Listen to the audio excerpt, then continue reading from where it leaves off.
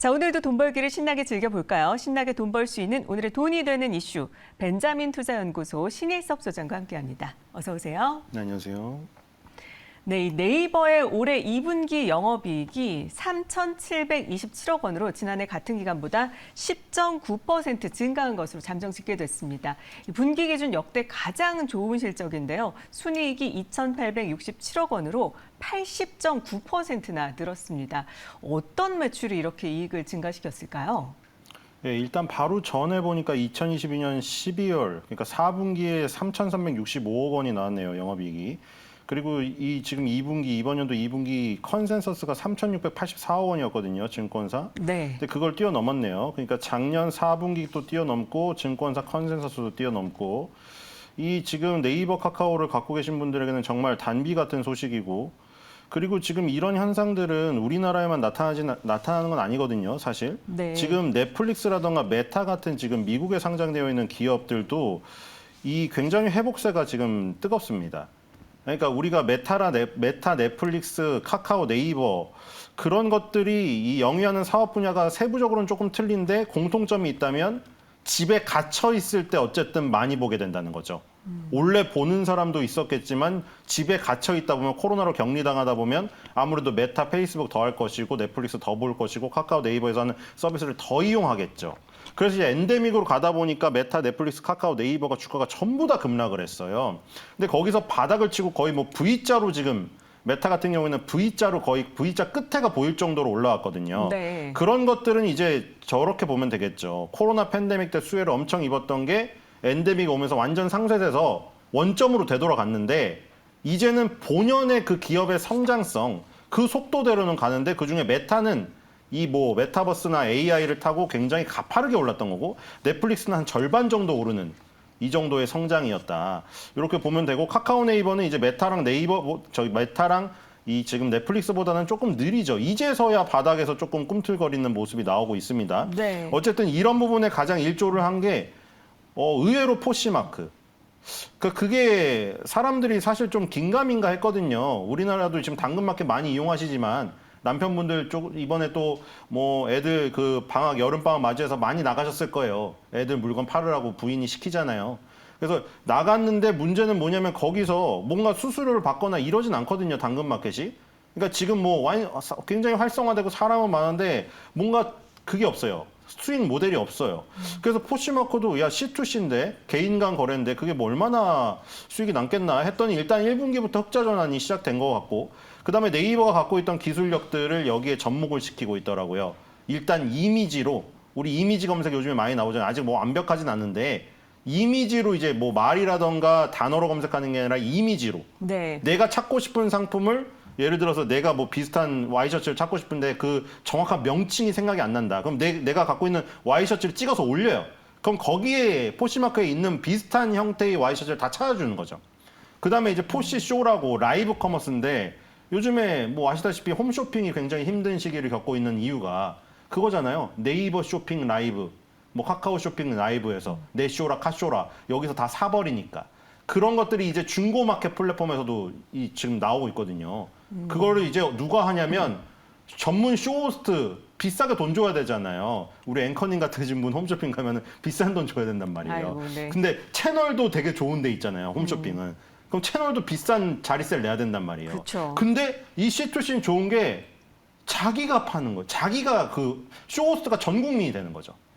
그러니까 자기가 중고마켓에서 거래를 내놓은 내가 신발을 나이키 신발을 신다가 팔고 싶다. 그 사람이 자기가 나가지고 자기 걸 어필하는 거예요. 전문 쇼호스트가 아니고. 그러니까 그 뭐 돈이 안 드는 거죠. 그런 네. 것들이 이제 더욱더 활성화되기 시작했다.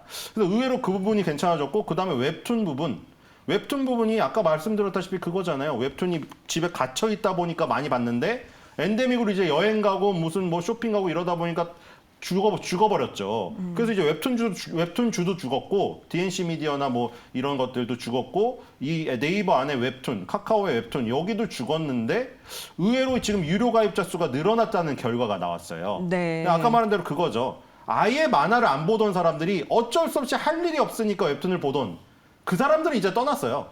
원래 만화를 안 보는 애들이.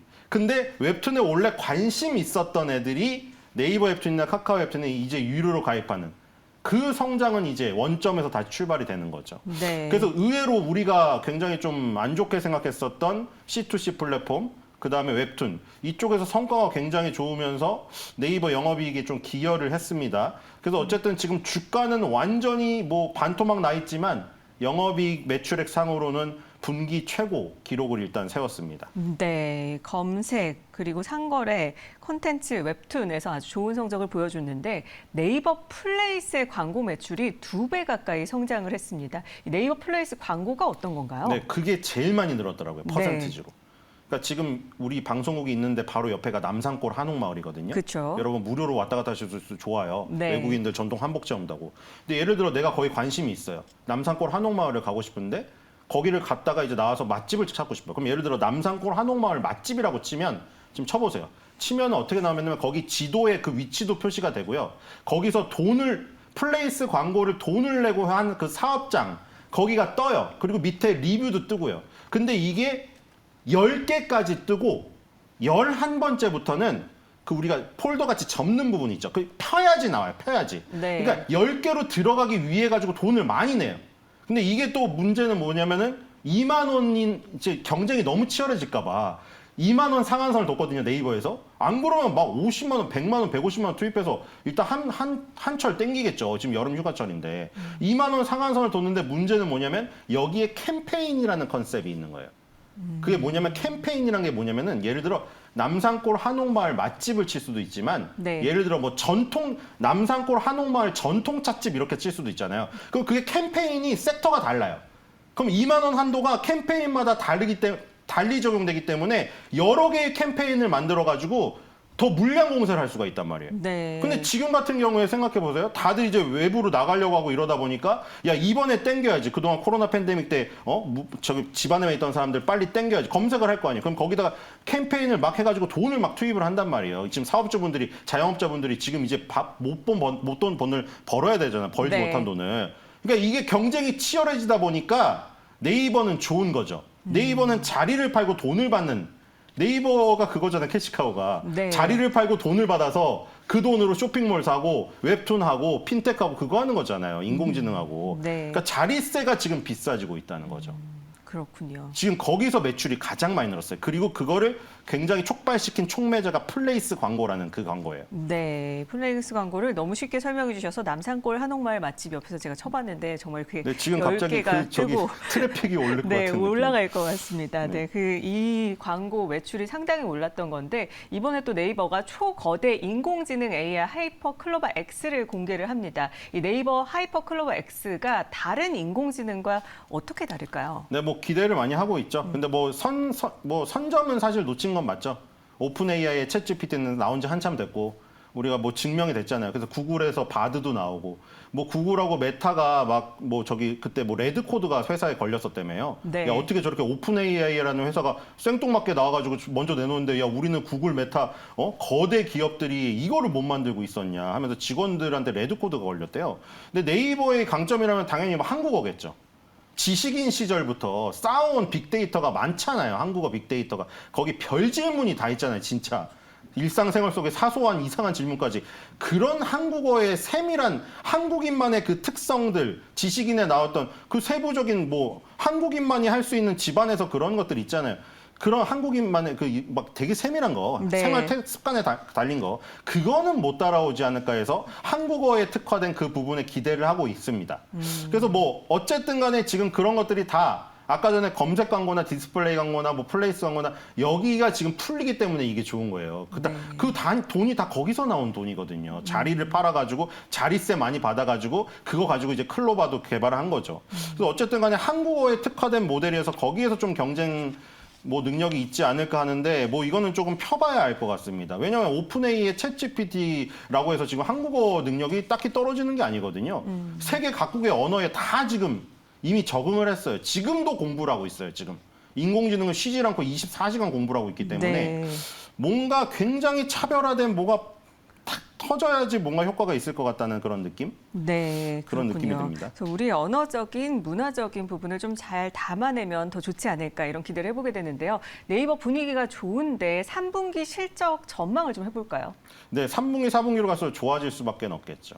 왜냐하면 지금 광고주들이 코로나19 때는 돈을 아꼈죠. 광고를 비싼 돈 주고 예를 들어 모델 비싼 거 써서 네이버 좋은 자리에 비싼 돈을 주고 광고할 이유가 없죠. 사람들이 아까 말했던 남산권 한옥마을을 코로나 때 검색을 했겠습니까? 남산권 한옥마을 행사 다 취소됐었는데요. 모든 행사가 취소됐죠. 그럼 광고주 네. 입장에서는 돈을 굳이 낼 필요가 없죠. 그럼 네이버는 자리를 비싸게 팔아야 되는데 자리 단가를 계속 오는 사람이 없으니까 단가를 계속 낮추는 거죠. 근데 지금 같은 경우에 이제 엔데믹으로 가고 사람들의 외부 활동도 많아지고 하니까 다시 광고주들이 네이버의 좋은 자리를 찾기 시작하는 거죠.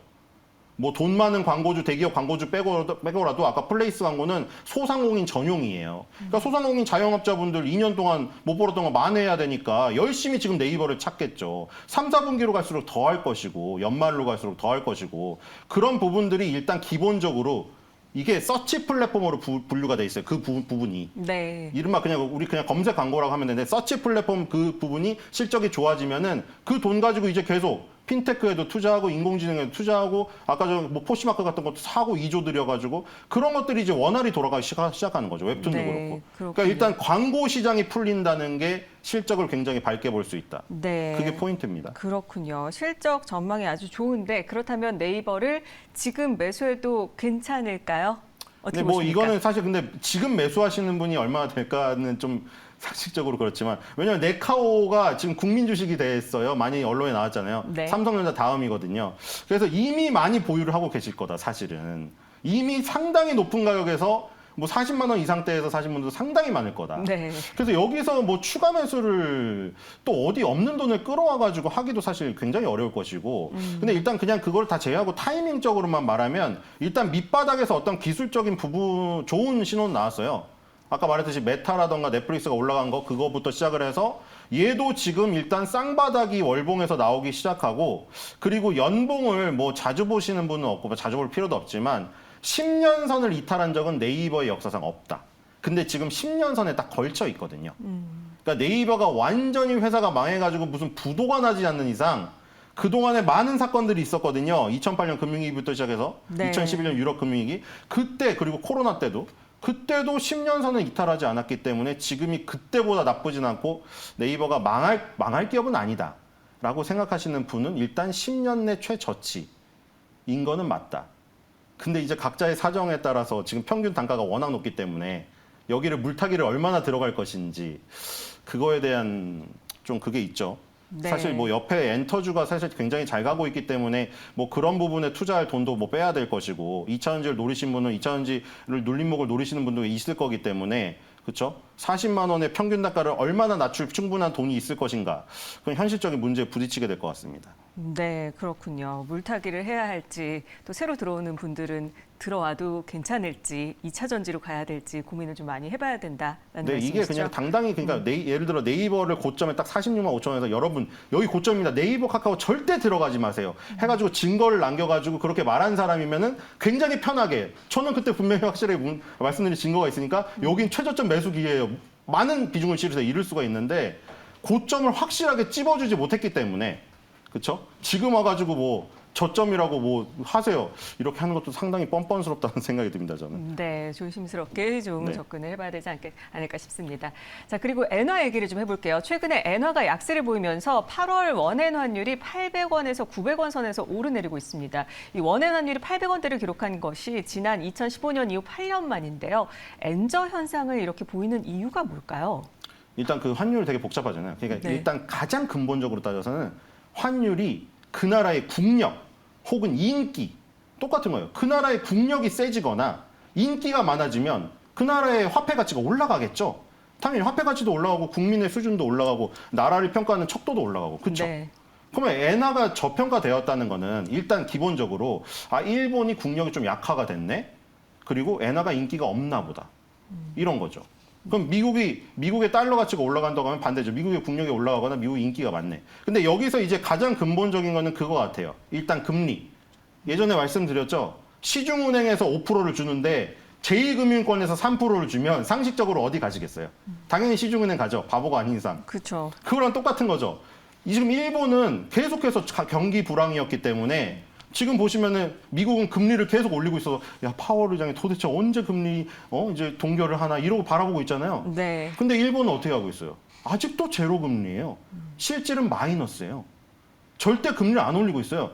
금리를 인상한다는 건 자신감 표현이라고 제가 말씀드렸죠. 일본은 자신감이 없는 거예요. 금리를 올리면 경기가 꺾일까봐 또 네. 20년 장기 불황 갈까봐. 얘는 아직도 제로 금리예요. 근데 일본하고 미국하고 둘 다 강대국인데 우리가 경중을 따지면 미국이 더 강대국이잖아요.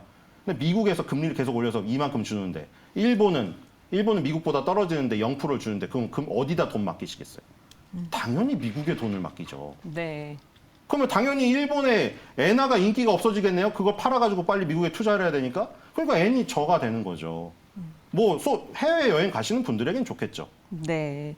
이 엔저 현상이 한국 산업에 전반적으로 부정적인 영향을 미칠 수 있다는 우려 섞인 목소리가 나오고 있어서 좀 지켜봐야 될 것 같습니다. 자, 지금까지 돈이 되는 이슈 벤자민 투자연구소 신일섭 소장과 함께 자세히 살펴봤습니다. 오늘 말씀 고맙습니다.